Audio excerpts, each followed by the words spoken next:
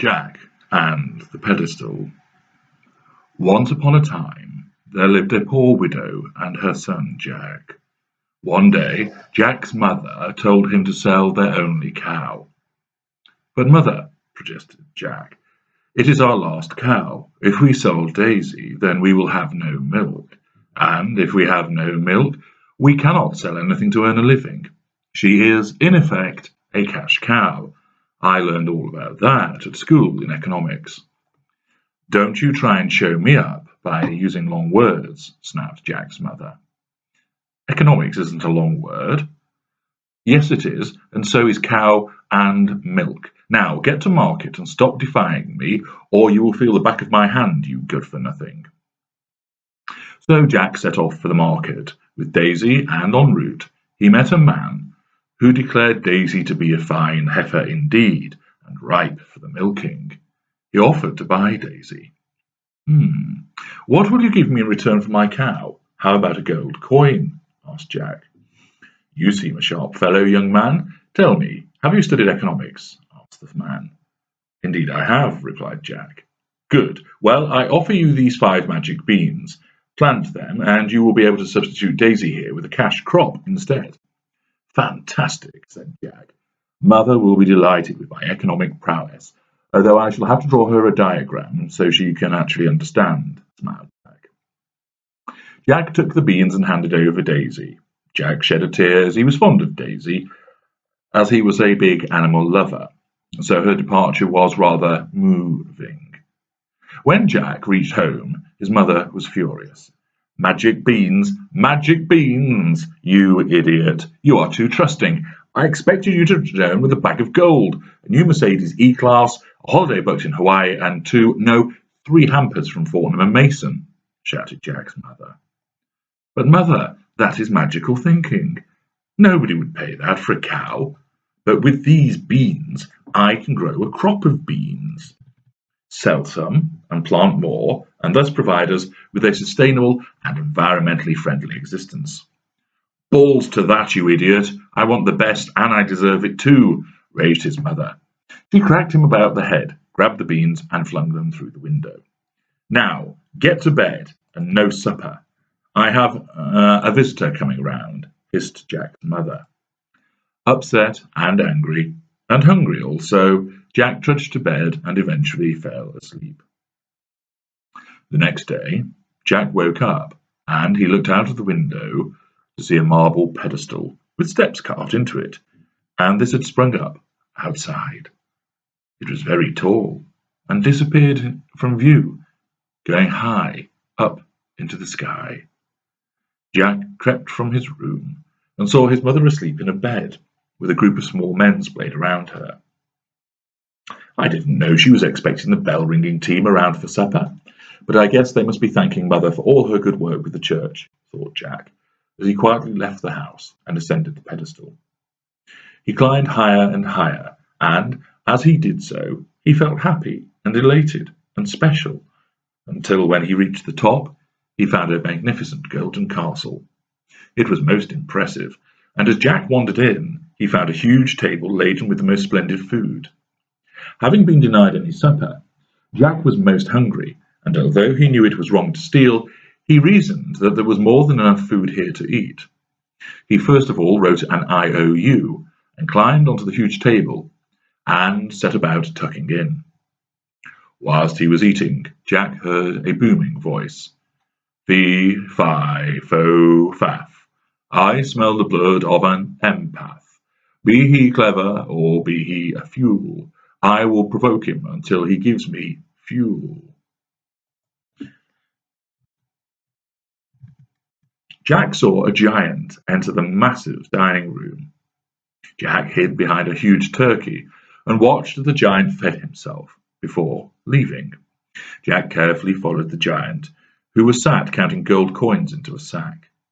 Once finished, the giant headed to his bed and was soon asleep. Jack knew stealing was wrong, but reasoned that the giant had plenty of gold, and Jack thought that he could do much good work with just 1 sack of the gold coins by setting up a trust to save the gay unicorns in the Forest of Empathy, and also to pay for the medical treatment for a prince who had set up a crowdfunding page to have his bottom repaired after a terrible violation. Jack carefully took one of the sack of coins and headed to the pedestal.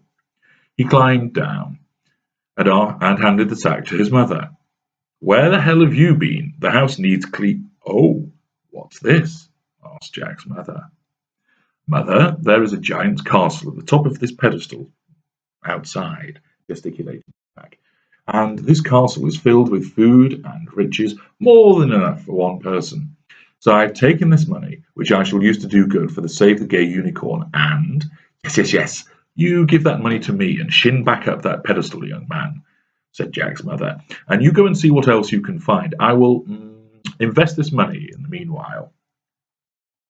Jack, being always eager to please his mother, did as she instructed, and climbed back up the pedestal.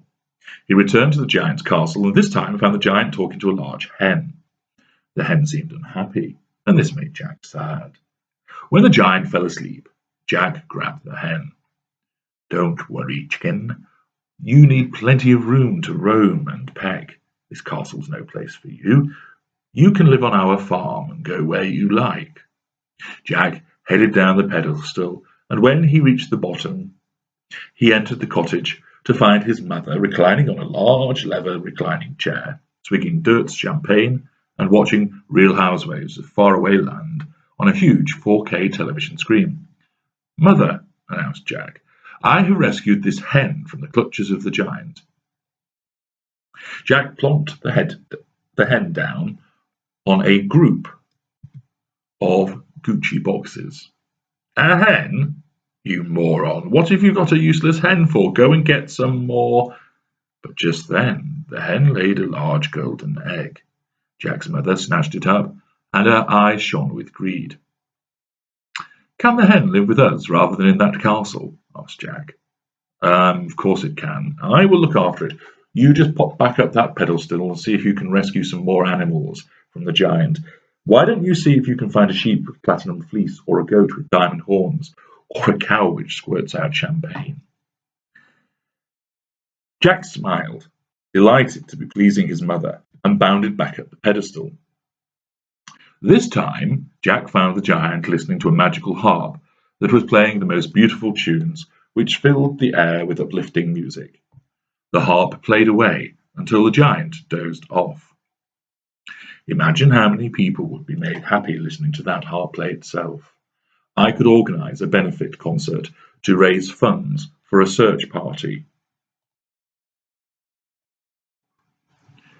to help Little Bo Peep find her sheep, and another so the 3 little pigs can rebuild their homes. Goodness, I do like to be good.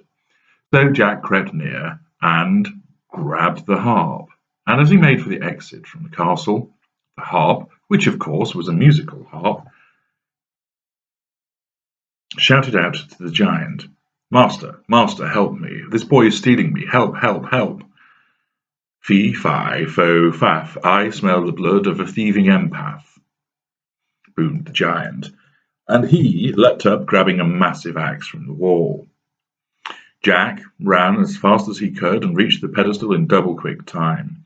With the magical harp still shouting, he raced down the steps of the pedestal until he reached the bottom and burst into the cottage, which now seemed to have been extended and had a swimming pool, to find his mother sat with the 7 little men from the bell-ringing team.